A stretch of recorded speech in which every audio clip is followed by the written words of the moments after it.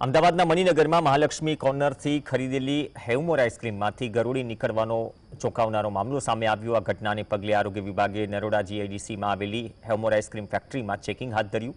તપાસમાં આઈસ્ક્રીમ વેચનાર વ્યક્તિ પાસે લાયસન્સ ન હોવાનું જણાતા ફેક્ટરીને સીલ કરાઈ। આ સાથે જ મહાલક્ષ્મી કોર્નર દુકાન પણ સીલ કરાઈ। આ ઘટનાએ નાગરિકોમાં આરોગ્ય અને સ્વચ્છતાને લઈને ચિંતા વ્યક્ત કરી છે અને આરોગ્ય વિભાગે વધુ તપાસ શરૂ કરી છે।